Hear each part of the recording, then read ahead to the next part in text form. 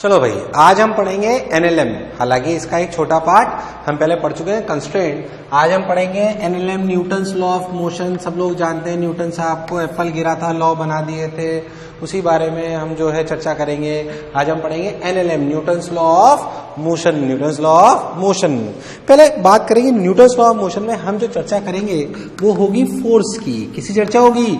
Force की। आप जो पहले चैप्टर पढ़ चुके हैं वो है काइनेमेटिक्स। क्या है काइनेमेटिक्स? हमने पढ़ा एक्सेलरेशन, वेलोसिटी, डिस्प्लेसमेंट, डिस्टेंस, ये सब हम पढ़ चुके हैं। अरे ये वेलोसिटी लाता कौन है? एक्सेलरेशन। एक्सेलरेशन कौन लाता है? जब हम पुश करते हैं। ये पुश क्या है? फोर्स। क्या है? फोर्स। अच्छा, जो हम ऐसे लगाते हैं उसे फोर्स कहते हैं। हाँ, उसी की वजह से एक्सेलरेशन आता है, उसकी वजह से वेलोसिटी आती है, उसकी वजह से डिस्प्लेसमेंट आता है, उसी की वजह से डिस्टेंस आती है। वही सब चीजें जो हम पढ़ी थी। बेसिकली जो आप काइनेमेटिक्स में पढ़ा था कि ऐसा तो ऐसा, ऐसा तो ऐसा, वो आता किसकी वजह से? फोर्स। किसकी वजह से? फोर्स। अच्छा, इस फोर्स की यूनिट क्या होती है भाई? सबसे बेसिक बात, छोटी छोटी चीजें जो अपने को पता होनी चाहिए। यूनिट होती है न्यूटन। क्या होती है? साइंटिस्ट जो अपने न्यूटन थे उन्हीं के नाम पे इसे न्यूटन रखा गया। इसकी एक और यूनिट होती है, ये इसकी एसआई यूनिट है। क्या है? SI unit. यूनिट डायमेंशन में जो अपन ने सीखा था, इसकी एसआई यूनिट है। इसकी सीजीएस यूनिट क्या है? सीजीएस यूनिट है डायन। वो वाली डायन नहीं। अच्छा, रिलेशन क्या है? 1 न्यूटन इक्वल टू 10⁵ डायन।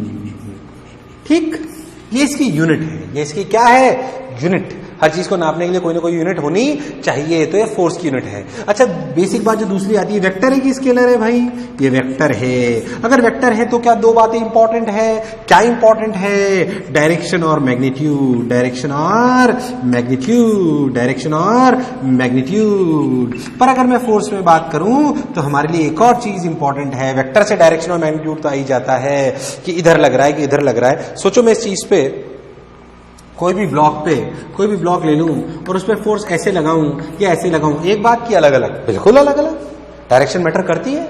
अगर मैं इधर फोर्स लगाऊं तो चलेगा, पर ऐसे लगाऊं तो ये नहीं चलेगा, ऐसे लगाऊं तो ये नहीं चलेगा। बहुत बढ़िया। तो डायरेक्शन मैग्नीट्यूड की बात इंपॉर्टेंट है। साथ ही साथ एक और बात इंपॉर्टेंट है, उसे हम कहते हैं पॉइंट ऑफ एप्लीकेशन। क्या बोलते हैं? Point of application. अगर हम बहुत ध्यान से देखें तो हमारे लिए ये तो वेक्टर की कंस्ट्रेंट हो गई। फोर्स को तीन चीजें इंपॉर्टेंट है। One is the direction, second is the magnitude and third is the point of application.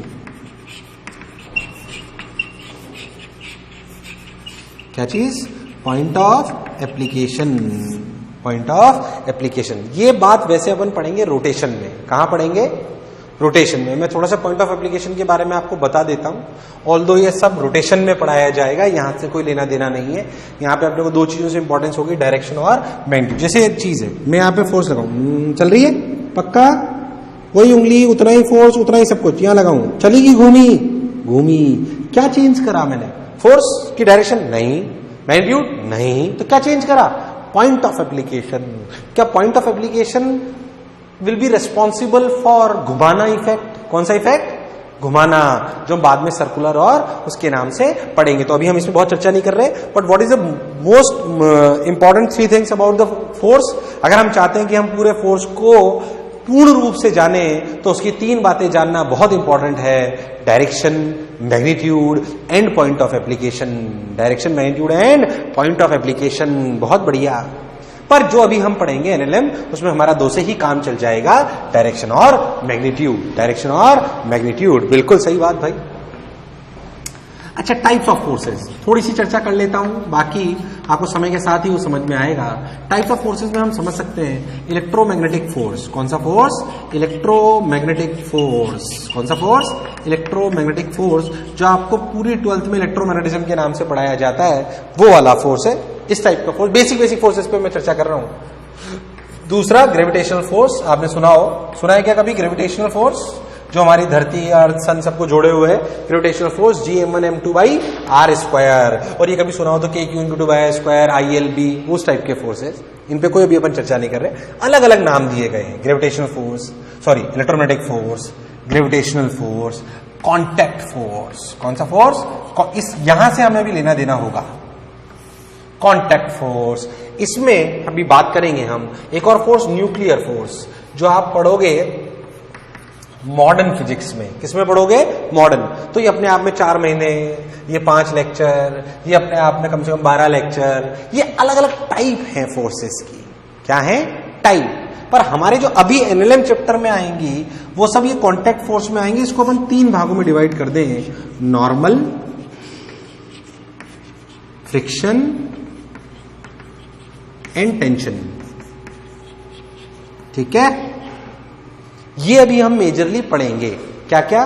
Normal, friction and tension. तो अभी मैं इन्हीं पे बात करूंगा, इन पे बात करने वाला नहीं हूं। जो बोर्ड पे लिखा हुआ है स्क्रीन को पॉज करो 2-3 मिनट और उतार लो सब कुछ।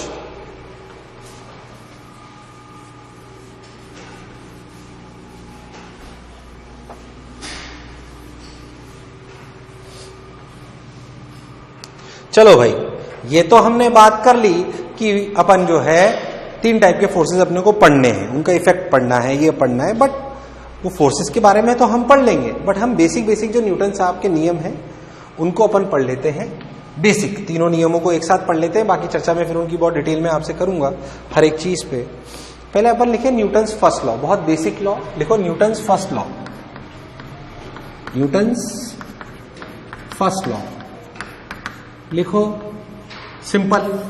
It states that if a body is at rest or in motion, if a body is at rest or in motion without any external force, then it will continue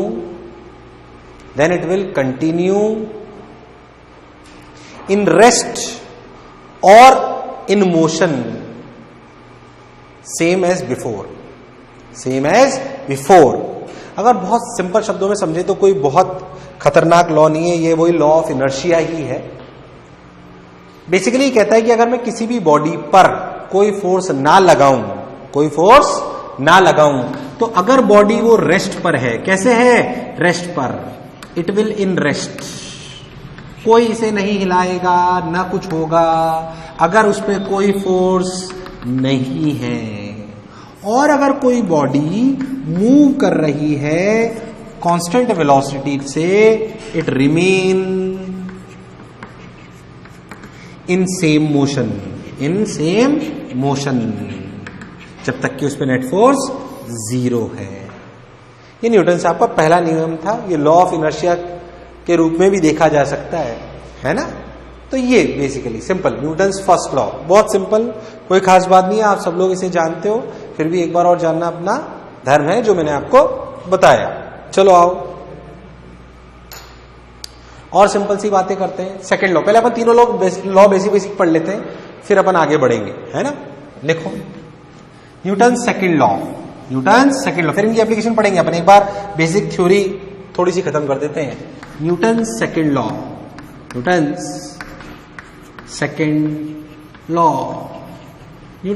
क्या कहता है?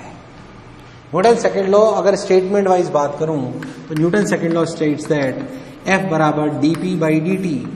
अरे ये क्या चीज है? F क्या है? फोर्स। P क्या है?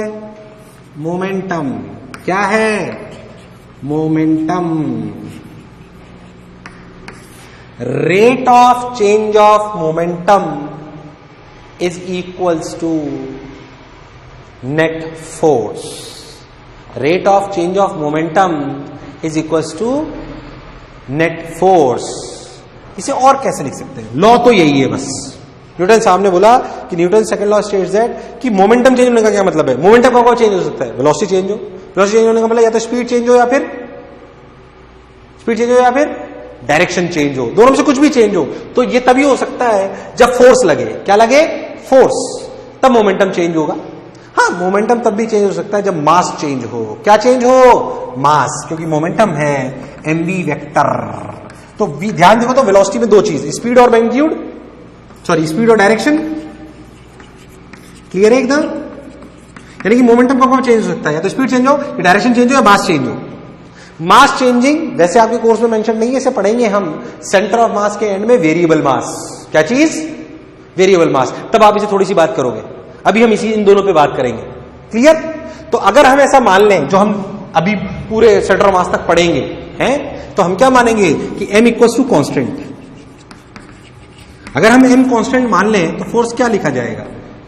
m dv vector by dt। हो अच्छा, अभी आप काइनेमेटिक्स पढ़ के आए, dv वेक्टर बाई dt क्या है? क्या चीज है dv vector by dt? Acceleration. dv vector by dt क्या चीज है? एक्सेलरेशन। बिल्कुल सही बात। यानी कि फोर्स को क्या लिख दिया गया?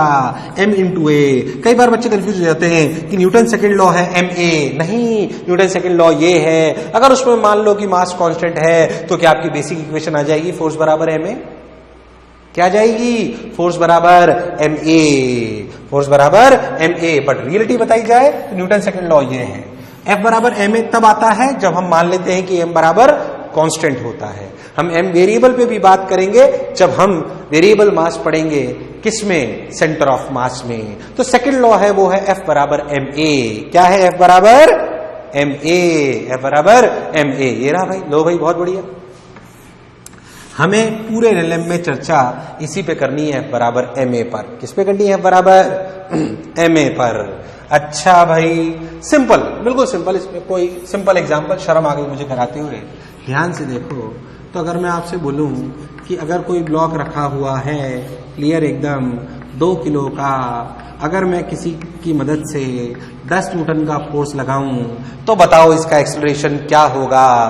तो आपका सिंपल सा आंसर, क्या 10 बराबर 2 इंटू ए, क्या एक्सेलरेशन 5 मीटर पर सेकेंड स्क्वायर होगा।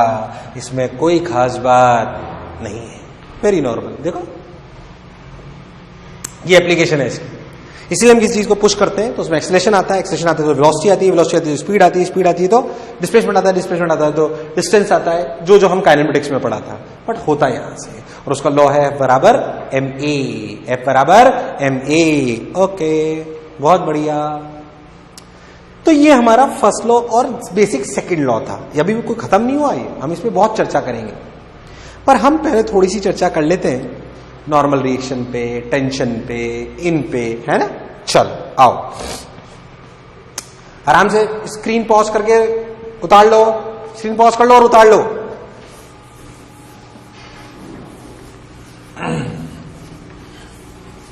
अब देखो, एक बेसिक बात जिसे हम कांटेक्ट फोर्स कहते हैं वो मैं आपको समझाता हूं। मान लो कि कोई सरफेस है, ठीक, इस पे एक ब्लॉक रखो। इस ब्लॉक पे अगर अपन सब लोग जानते हो तो नीचे एक लगता है mg। क्या लगता है? धरती माता हमें खींचती है mg, where g is the acceleration due to gravity, where g is the acceleration due to gravity। ओ हो, इस mg को क्या है? ब्लॉक रुका हुआ है। हाँ, इस ब्लॉक को कौन रोकता है? धरती। धरती क्या इस पे ऊपर फोर्स लगाती है? कितना लगाती है? mg। अरे पर किस फॉर्मेट में लगाती है? उसे क्या बोलते हैं? उसे हम बोलते हैं नॉर्मल। इसे कांटेक्ट फोर्स क्यों बोलते हैं? क्योंकि ये नॉर्मल टच करने की वजह से आता है। तो सभी तो टच करके फोर्स आएंगे, ऐसा नहीं है। सोचो, एक चार्ज को दूसरे चार्ज के पास में रखो, फिर भी वो बिना टच हुए दौड़ने लगता है। मैग्नेट के पास दूसरे मैग्नेट को ले जाओ, बिना टच करे भी उन पे फोर्स लगता है। ये बिना दिखने वाले फोर्सेस हैं। सन और अर्थ क्या एक दूसरे को टच कर रहे हैं, फिर भी अट्रैक्शन है। ग्रेविटेशनल फोर्स, कौन सा फोर्स? बिना दिखने वाला फोर्स। तो ऐसे फोर्स जो टच करने से आए, क्या करने से आए? टच, उन्हें कांटेक्ट फोर्स बोलते हैं। और जो एक दूसरे को कांटेक्ट करके ऐसे फोर्स लगाते हैं उसे बोलते हैं नॉर्मल। क्या बोलते हैं? नॉर्मल। क्या बोलते हैं? नॉर्मल। अच्छा सर, तो नॉर्मल कैसे लगता है? हमने बोला हमारे लिए नॉर्मल की अभी 2 चीजें इंपॉर्टेंट हैं। क्या 2 चीजें इंपॉर्टेंट हैं? डायरेक्शन और मैग्नीट्यूड। तो सर, जो भी नया फोर्स पढ़ाओ उसकी डायरेक्शन मैग्नीट्यूड समझा दो सर आप, है ना। अच्छा, नॉर्मल फोर्स आता है 2 बॉडीज के कांटेक्ट की वजह से। मान लो कि ये 2 बॉडीज कांटेक्ट में है, ये और ये एक बॉडी और दूसरी बॉडी ये बॉडी इस पे भी नॉर्मल लगाएगी और ये बॉडी इस पे भी नॉर्मल लगाएगी। ठीक, दोनों एक दूसरे पे फोर्स लगाएंगे, दोनों एक दूसरे पे फोर्स लगाएंगे। अच्छा, फोर्स कैसे लगाएंगे? पहली बात, normal is always perpendicular to contact surface. अच्छा सर, ये बात तो समझ में आ गई। Normal is always perpendicular to the contact surface. ठीक सर, ये बात तो मुझे अच्छी लगी, ये बात समझ आई। पर सर ये ए बॉडी, ये बी बॉडी पर फोर्स परपेंडिकुलर तो लगाएगी, पर ऊपर की नीचे। Good question. अब क्या करें? In such a way that it tries to compress the body.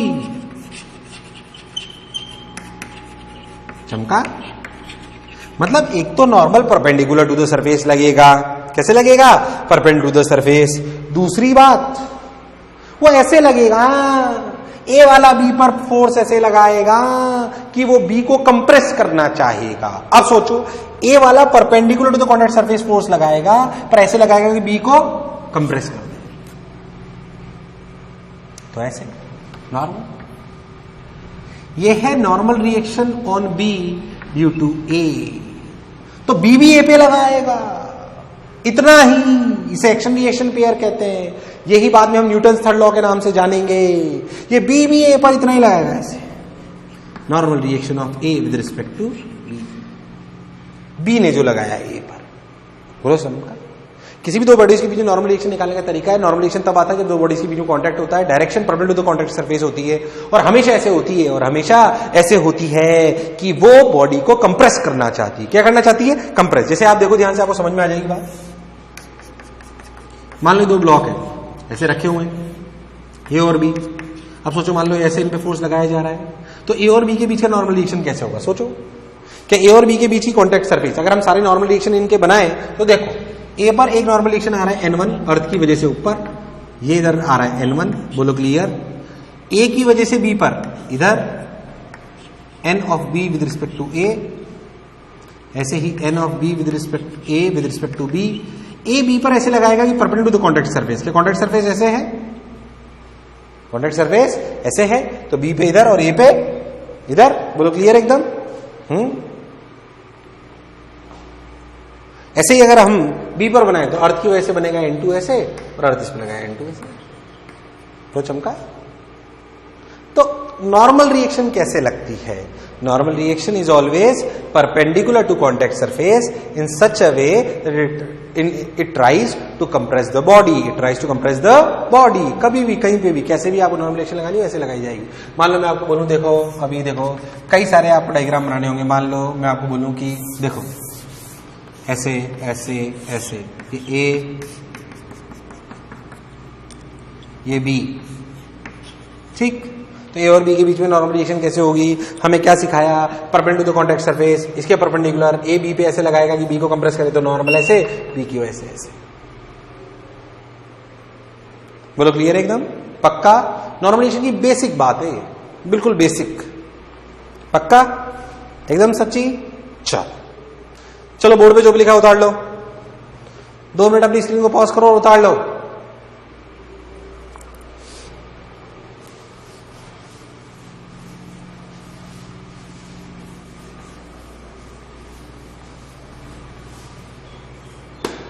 और देख,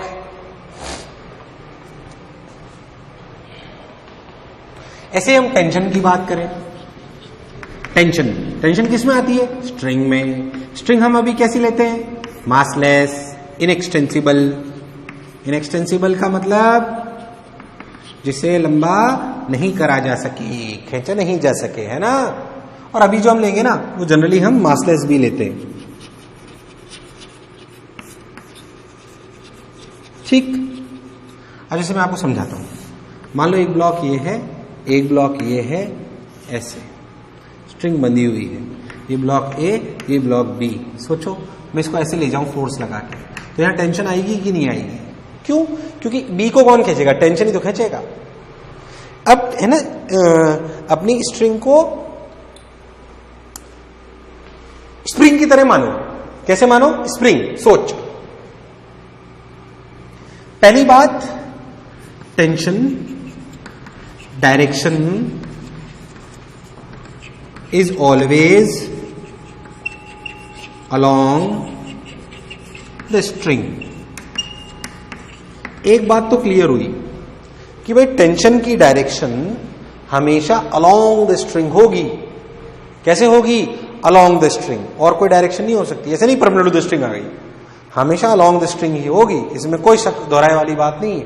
तो हमेशा उसे अलोंग द स्ट्रिंग ही रखना है। ठीक भाई, बहुत बढ़िया, अलोंग द स्ट्रिंग ही रखना है। अब अलोंग द स्ट्रिंग कैसे? पहली बात समझे अपन कि ये जो स्ट्रिंग है इसमें टेंशन ऐसे बनाया जाता है, देखो ऐसे। ये टी फोर्स जिसे हम टी से डिनोट करते हैं सिर्फ टेंशन, ये एरो किस पे डायरेक्शन दिखा रहा है? ए द्वारा स्ट्रिंग पे कि स्ट्रिंग द्वारा ए पर? This direction shows force on A due to string.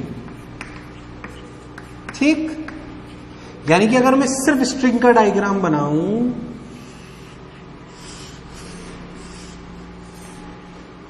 तो ए वाला block force on string due to A इधर, this is force on string due to B इधर। क्योंकि ये दोनों पूरी स्ट्रिंग मासलेस है तो क्या ये force on string due to B का मैग्नीट्यूड क्या बराबर होगा? होगा नहीं होगा, क्योंकि मास 0 है। तो स्ट्रिंग पे F बराबर ma, m 0, तो क्या नेट फोर्स बराबर होना चाहिए। और बेसिकली ये जो फोर्स आता है जब इस स्ट्रिंग को ऐसे खींचते हैं तो स्ट्रिंग की लेंथ तो चेंज नहीं हो सकती, तो स्ट्रिंग वापस इतना ही फोर्स पीछे लगा देती है ना, अंदर ही अंदर। वो ही टेंशन के रूप में डेवलप होता है ऐसे।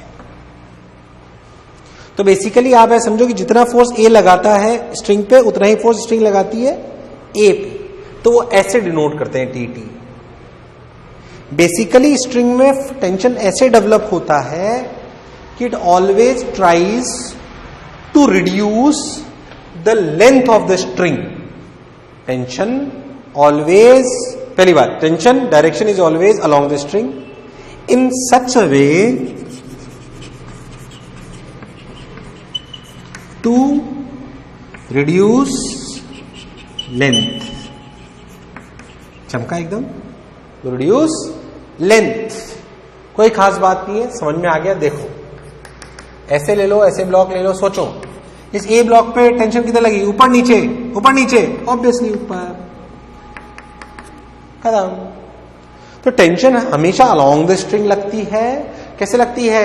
अलोंग द स्ट्रिंग लगती है, और ऐसे लगती है कि वो हमेशा स्ट्रिंग की लेंथ को छोटा करना चाहती है। क्लियर है एकदम?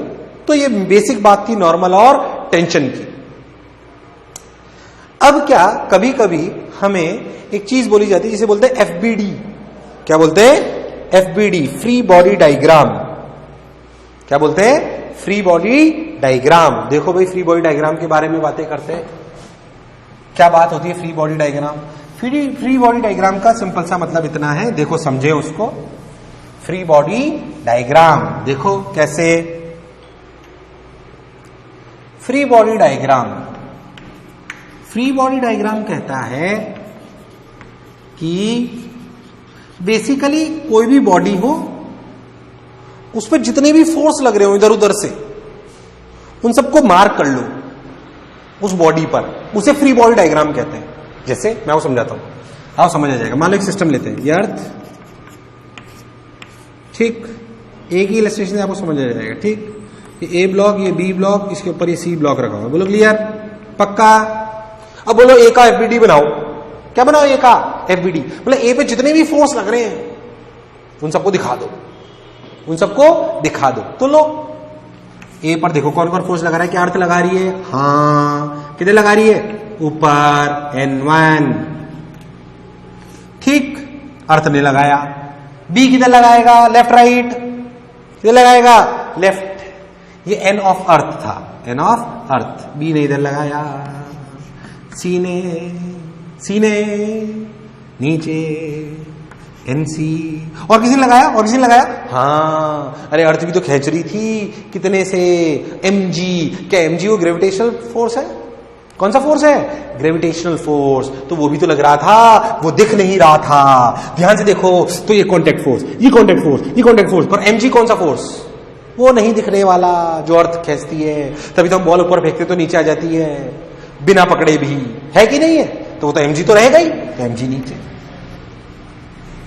ये इस बॉडी का FBD है, FBD ऑफ A, ताकि हम इसकी पूरी एनालिसिस कर सकें। इसे बोलते हैं फ्री बॉडी डायग्राम।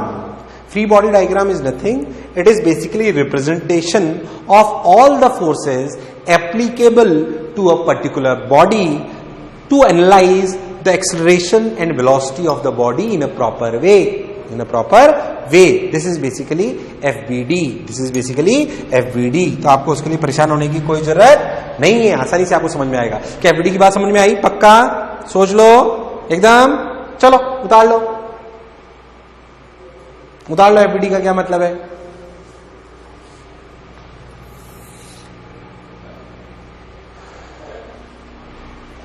बहुत ज्यादा आपका टाइम खराब नहीं करते हुए मैं बेसिकली अपने को, क्योंकि एनएलएम में करने सवाल ही होते हैं, तो मैं आपको सवालों से ही स्टार्ट करते हैं। FBD की बात आप समझ गए, don't worry about it. Let's start with questions. बिल्कुल सिंपल सवाल, बिल्कुल बेसिक, शर्म आ गई मुझे ऐसा सवाल। 5 किलो फोर्स लगाया, 10 न्यूटन, एक्सेलरेशन बताएं। सब लोग जानते हैं 10/5, 2 मीटर पर सेकंड स्क्वायर। इससे थोड़ा अपर लेवल का सवाल, एग्जाम्पल, रफ्तार तेज है क्योंकि बहुत बेसिक सवाल है। मैं बोलूँ आपको 5 किलो फोर्स लगाया ऐसे, 10 न्यूटन, एंगल है 37 डिग्री, एंगल है 37 डिग्री, बताओ एक्सेलरेशन। सिंपल सी बात, पहले हम सोचें कि ये जो 5 किलो की ब्लॉक है ये कैसे चल सकता है? क्या ये हवा में उड़ सकता है? नहीं। क्या ये जमीन में घुस सकता है? नहीं। क्या ये चलेगा तो अलोंग द सरफेस ही चल सकता है? इसका मतलब हमें पता पड़ गया कि इसका एक्सेलरेशन इधर ही होगा, या तो इधर या इधर। पर इधर तो जाहिर सी बात हमें लग रहा है कि नहीं होगा क्योंकि हमने फोर्स ऐसे लगाया है, कॉमन सेंस। एक्चुअली ये हमें पता पड़ा कंस्ट्रेंट से। हमें डायरेक्शन ऑफ एक्सेलरेशन कई बार कंस्ट्रेंट से पता पड़ेगी। कहां से पता पड़ेगी? कंस्ट्रेंट से। हाँ बिल्कुल पता पड़ेगी हमें कंस्ट्रेंट से। ठीक भाई, तो हमने ए ले लिया, 10 न्यूटन, 37 डिग्री, 5 kg। अच्छा बहुत बढ़िया, अब क्या करें? बहुत सुंदर, देखो भाई बस अब FBD बनाओ, जो मैंने अभी सिखाया।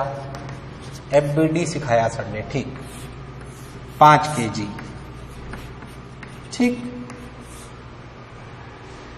अब हमें फोर्सेस रिजॉल्व करने आते हैं जो हम सीख चुके हैं वेक्टर में। 10 का इधर कंपोनेंट 8, इधर 6, mg नीचे लग रहा है, g के लिए 10 ले लेते हैं, 50, नॉर्मल ऊपर due to earth, contact force. बोलो क्लियर? इसके अलावा कोई फोर्स नहीं। अब सोचो, क्या इधर कोई एक्सेलरेशन है? इधर कोई एक्सेलरेशन, यानी कि नॉर्मल की वैल्यू 50। इधर एक्सेलरेशन है, नॉर्मल की वैल्यू 50 नहीं, सॉरी, नीचे कितना फोर्स? 50 प्लस 6, यानी कि n equal to 50 plus 6, 56 newton. 56 newton. अब इधर एक्सेलरेशन है? हाँ है। कितना फोर्स लग रहा है इधर? F बराबर ma। यहां पे a है, यहां पे तो a 0 था। x एक्सिस में अलग और y एक्सिस में अलग। क्या F बराबर ma अलग अलग x एक्सिस में लगा सकते हैं? बिल्कुल लगा सकते हैं। क्यों? वेक्टर क्वांटिटी तो x में अलग लगा लो और y में अलग लगा लो। बहुत बढ़िया। तो हमने बोला F बराबर ma। F कितना? 8 बराबर 5 इंटू a के लिए कितनी आई? 8/5। कोई दिक्कत? पक्का? सिंपल। और देख, एक और सवाल, ऐसे कोई बहुत सारे नहीं करा हुआ, सिंपल सा देख लो, देखो आपको समझ में आ जाएगा। मान लो मैं आपको बोलूं कि एक ब्लॉक है 2 किलो का, ऐसे फोर्स लग रहा है 50 न्यूटन, 37 डिग्री पे, ऐसे फोर्स लग रहा है 20 न्यूटन 53 डिग्री पे, बताओ क्या एक्सेलरेशन होगा। स्क्रीन पॉज करो, 2 मिनट सवाल करो।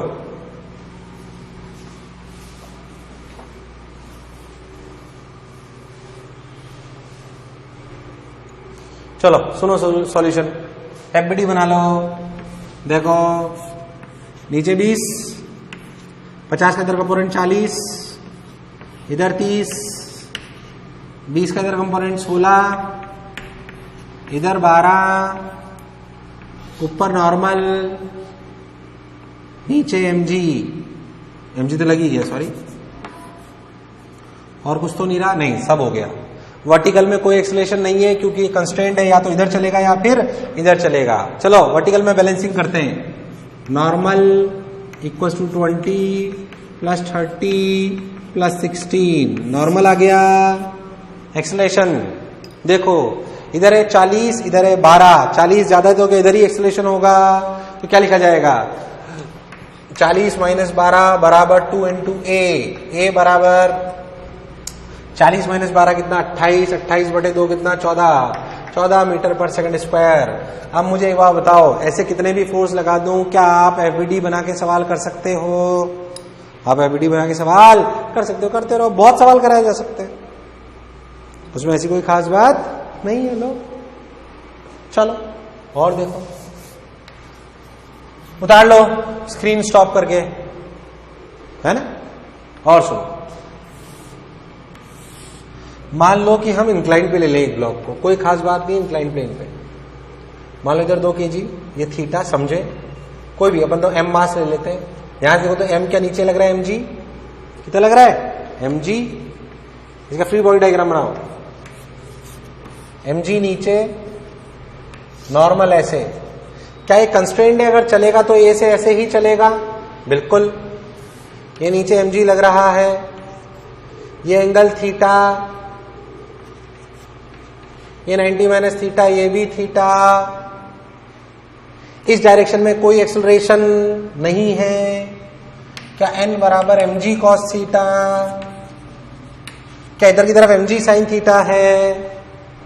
क्या mg sin थीटा बराबर मास इंटू एक्सेलरेशन? m ने m को मार दिया कि एक्सेलरेशन आया g sin थीटा। अगर एक सिंगल ब्लॉक को इंक्लाइन प्लेन पे ले लें तो क्या एक्सेलरेशन g sin थीटा आएगा? सिंपल, जो अपन ने करा वही तो है, टेढ़ा रख दिया बस, उसमें परेशान होने की कोई जरूरत नहीं है। तो it is simple single block on an incline plane,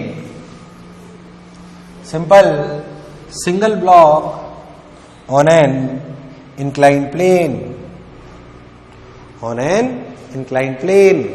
clear? बहुत बढ़िया। चलो अब हम थोड़े मल्टीपल ले लेते हैं। आओ देखो, मान लो मैं आपको बोलूं कि ऐसे ऐसे और ऐसे 3 ब्लॉक हैं, 2 kilo, 4 kilo, 2 kilo, 3 kilo, 5 kilo. बोलो क्लियर? ठीक। मैं आपसे बोलूं कि यहां पे मैंने फोर्स लगाया 50 Newton. Find out the normal reaction between 3 and 5। Screen stop करो, निकालो सब लोग, स्क्रीन स्टॉप करो, निकालो सब लोग। चलो अब सॉल्यूशन सुनो, ध्यान से देखो। क्या 2, 5 और 6, सॉरी 2, 3 और 5, क्या तीनों का एक्सेलरेशन एक ही होगा या अलग अलग होगा? एक ही। कंस्ट्रेंट है, ये ऐसे चलेगा तो ये भी ऐसे और ये भी ऐसे, तो ए मान लो। अगर ए मान लिया तो क्या this is equivalent to a block 10 kg? Yes. कितने न्यूटन? 50। ठीक। क्या डायरेक्ट बोल सकते हैं एक्सेलरेशन इज 50 बटे 10, 5? बिल्कुल बोल सकते हैं सर, 5 मीटर पर सेकंड स्क्वायर, बिल्कुल सही। तो 5 kg पे सोचो, 5 kg का एफबीडी बनाओ। 5 kg पर का एक्सेलरेशन कितना? 5। बिल्कुल सही बात। पर 5 kg पे 5 ला कौन रहा है? 3 kg जो फोर्स लगा रहा है। क्या this is normal on 5 due to 3? इसके अलावा इस पे और कोई हॉरिजॉन्टल में फोर्स, वर्टिकल में है पर हॉरिजॉन्टल में और कोई फोर्स, तो इस 5 को लाने के लिए क्या यही नॉर्मल रिएक्शन रेस्पॉन्सिबल है? तो normal reaction 5, 3 equals to 5 into 5, that is 25 newton. That is 25 newton. बोलो क्लियर है एकदम पक्का? ऐसे बहुत सारे सवाल बनाए जा सकते हैं जिसमें कोई खास बात नहीं है।